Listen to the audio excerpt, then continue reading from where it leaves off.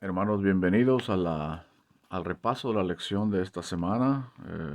Hoy de día sábado vamos a repasar la lección número 2, que se titula Crisis de liderazgo. Es una lección que nos trae mucha enseñanza y yo estoy seguro que todos hemos aprendido de ella.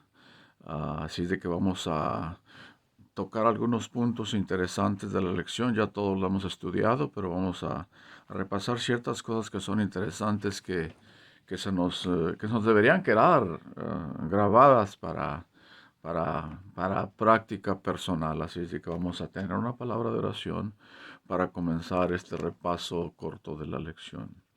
Oremos. Padre nuestro que estás en los cielos, santificado sea tu nombre. En esta mañana, Padre de sábado, queremos pedir tu dirección, tu bendición, y que lo que repasemos en este día sea para beneficio de nosotros principalmente, Padre. Siguiendo las enseñanzas de este libro, podemos aprender mucho de ti, y los que ya lo sabemos podemos mantenerlo en mente siempre para estar cerca de ti, Padre. Danos pues tu dirección, tu bendición en esta semana, en este día, en el nombre de Jesús. Amén. Muy bien, hermanos.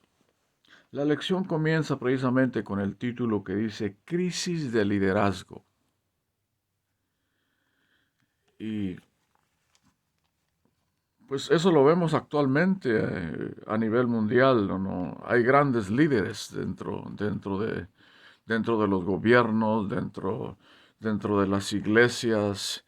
ah, ah, y eso es algo que vemos todos los días. De algún modo, en mayor o en menor grado, todos somos líderes dentro de nuestras familias, con nuestros hijos, con nuestra esposa, nuestro trabajo. Todos algún tiempo hemos de alguna manera ejercido ese rol, vamos a decir, de liderazgo. Entonces, es algo que no es fácil. Un líder es una persona que tiene las habilidades, vamos a decir, de poder dirigir a un pueblo, de poder dirigir a una familia, de poder organizar situaciones, de poder de alguna manera ah, ah, tener diremos, ¿por qué no?, la destreza de poder de una manera humilde guiar a un pueblo.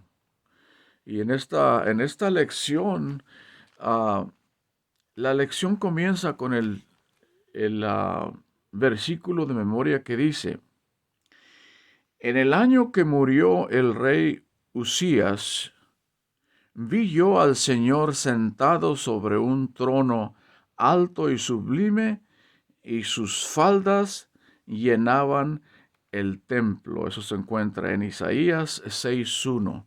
Esta semana hemos estudiado, vamos a decir, ah, el capítulo 6 del libro de Isaías. La semana pasada se estudió el capítulo 1. Y esta semana resulta interesante cómo el versículo de memoria cita al rey Usías. Y lo hace por una cosa muy especial. Porque al final el profeta Isaías se le da una misión por parte de Dios. Entonces, la lección nos manda un poquito a recordar quién fue el rey Usías. Y la lección menciona el libro de Segunda de Crónicas en el capítulo 26, todo el capítulo 26, ahí se encuentra quién era el rey Usías. Y ahí nos dice, como para dar inicio para que entendamos un poquito mejor la lección, ahí nos dice que Usías pues fue rey desde muy joven. Dice que a la edad más o menos de 16 años comenzó su reinado en el pueblo, en la tribu de Judá y Benjamín. Y dice ahí todo el capítulo, para hacer el capítulo corto, a grandes rasgos, dice que todo su reinado, la mayor parte al principio, porque fueron 52 años de reinado, dice que fue un rey justo. Seguía las indicaciones de su padre, de su antecesor, Amasías. Y él, mientras estuvo obedeciendo los mandatos de Dios, siempre buscaba a Dios para todo lo que él hacía. La nación prosperó, Judá prosperó, conquistó algunos pueblos, en términos bélicos era muy fuerte,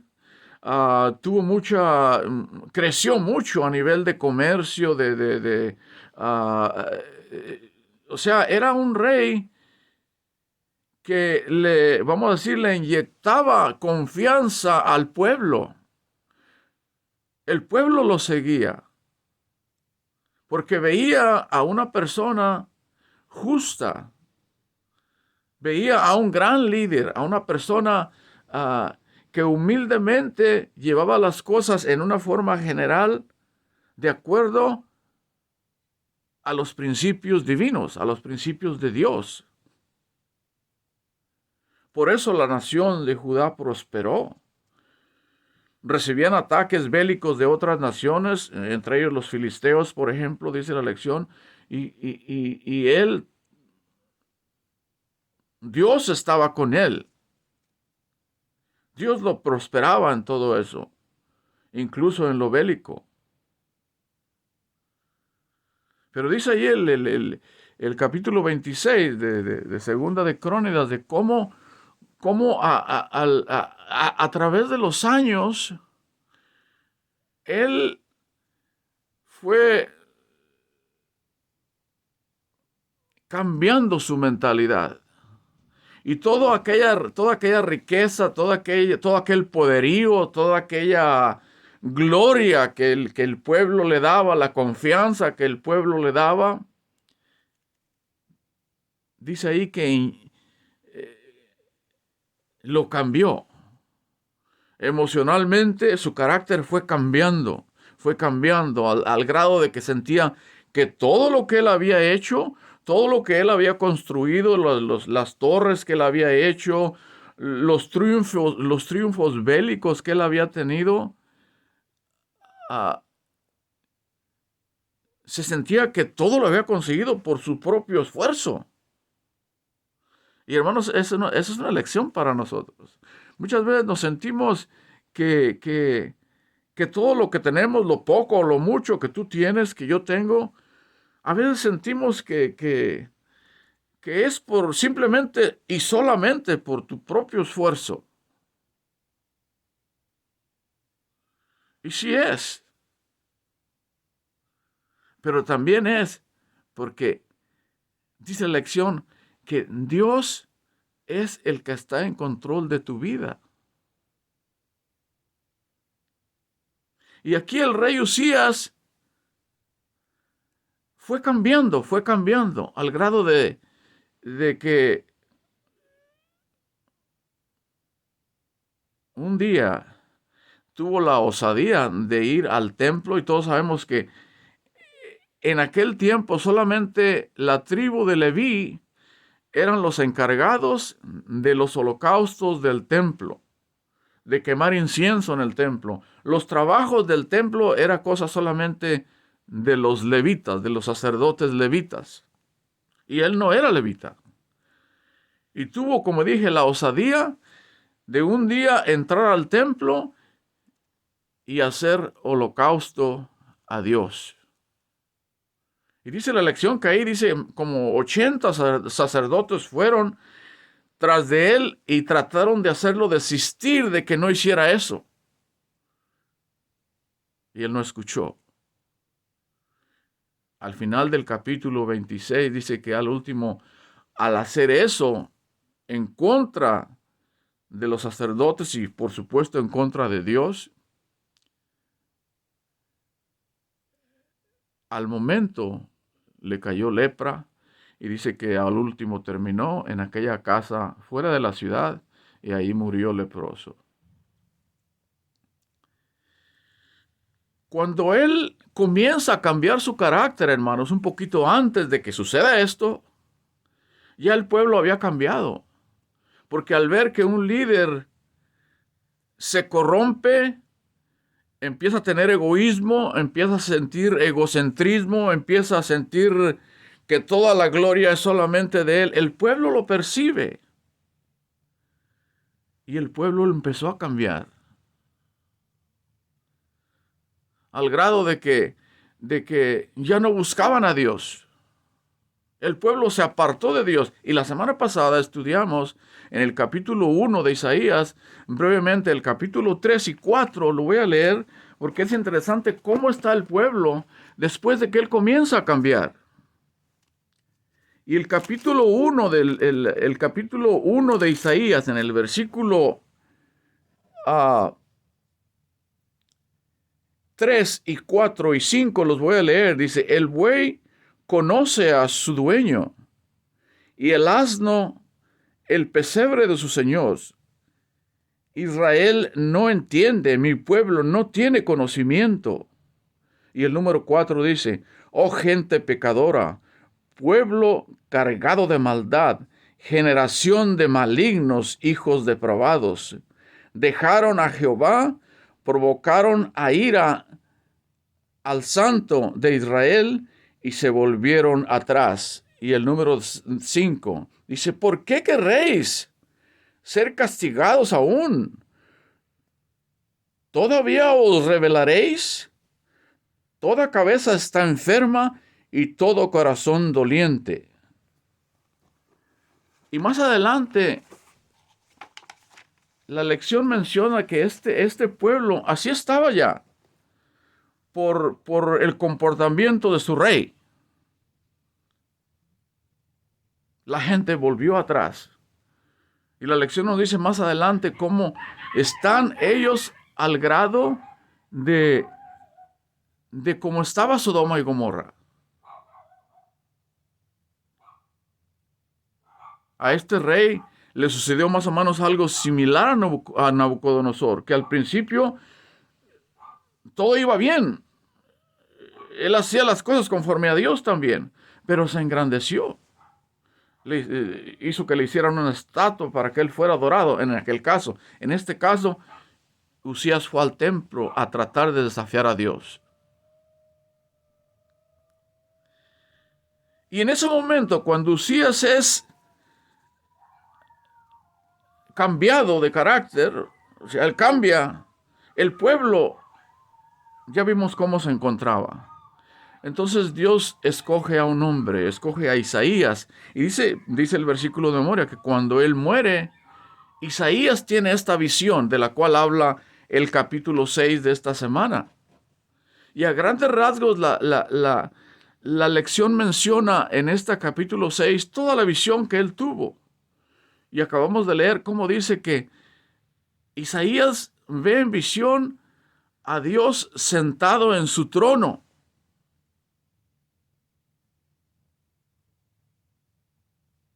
Y Dios tiene una razón para escoger a Isaías.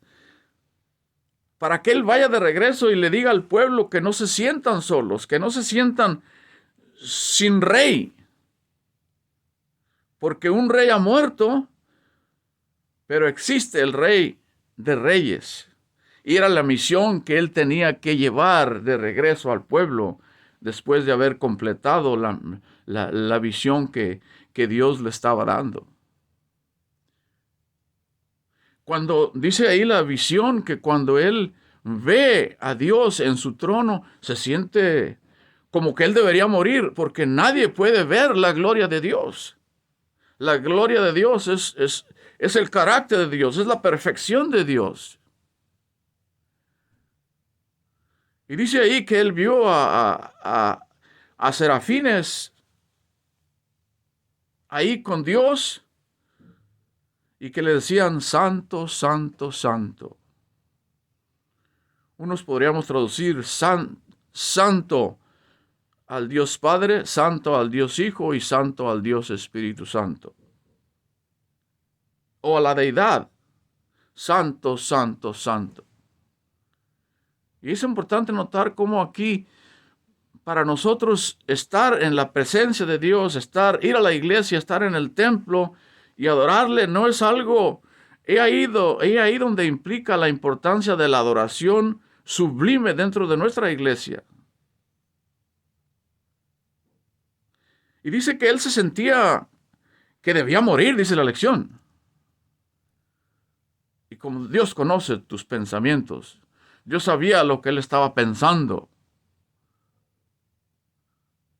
Y uno de los serafines dice que toma con unas tenazas, dice la visión, un carbón encendido directamente del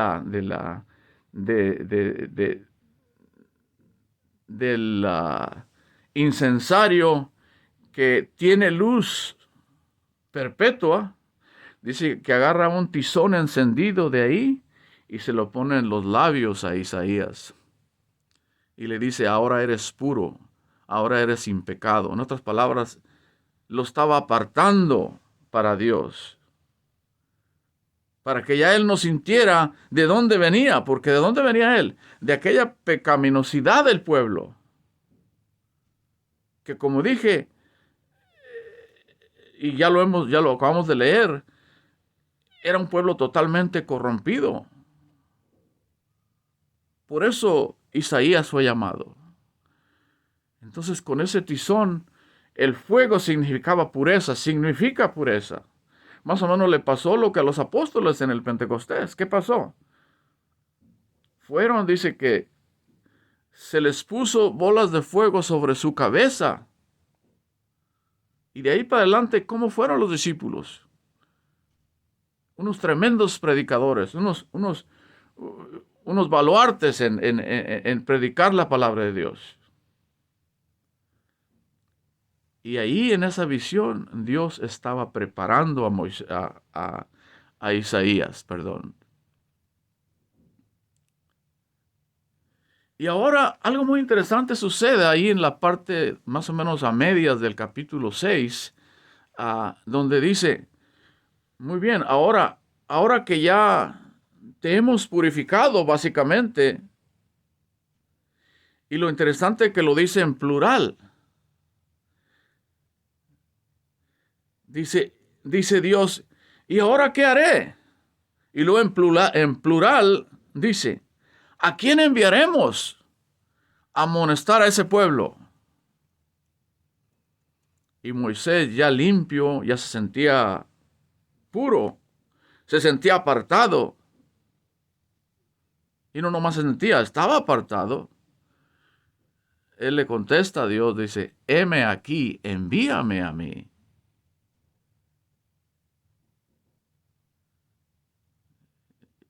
Y eso es también una lección para nosotros. ¿Cuántas veces nos bautizamos y a veces no nos sentimos como que somos capaces de hacer ciertas cosas en la iglesia?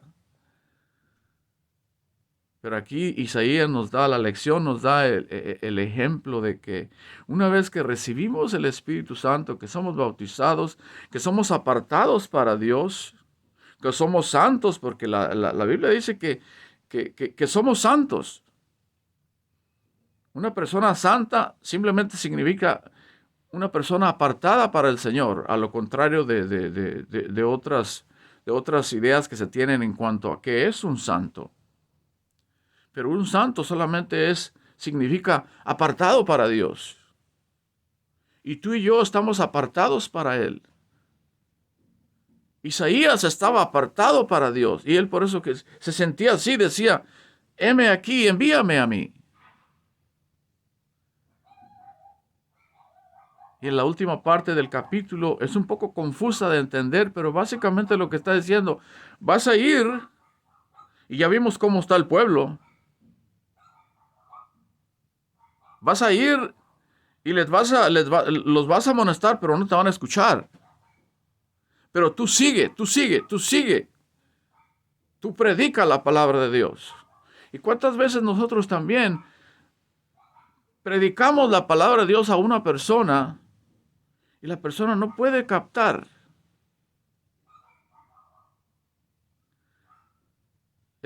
No le llega la luz del Espíritu Santo, porque no es cuando tú quieres tampoco, es cuando Dios lo decide que esa persona sea salva. Pero a veces uno se desespera. Por eso Él está preparado, le inyecta seguridad. Dios le pone seguridad a Isaías, le dice, yo sé que no te van a escuchar por cómo está el pueblo, pero tú de todos modos ve y amonéstales. Hermano, es un libro muy interesante, el libro de Isaías, porque a través del trimestre vamos a aprender diferentes cosas que podemos poner en práctica en nuestra vida. En esta semana fue el liderazgo, ah,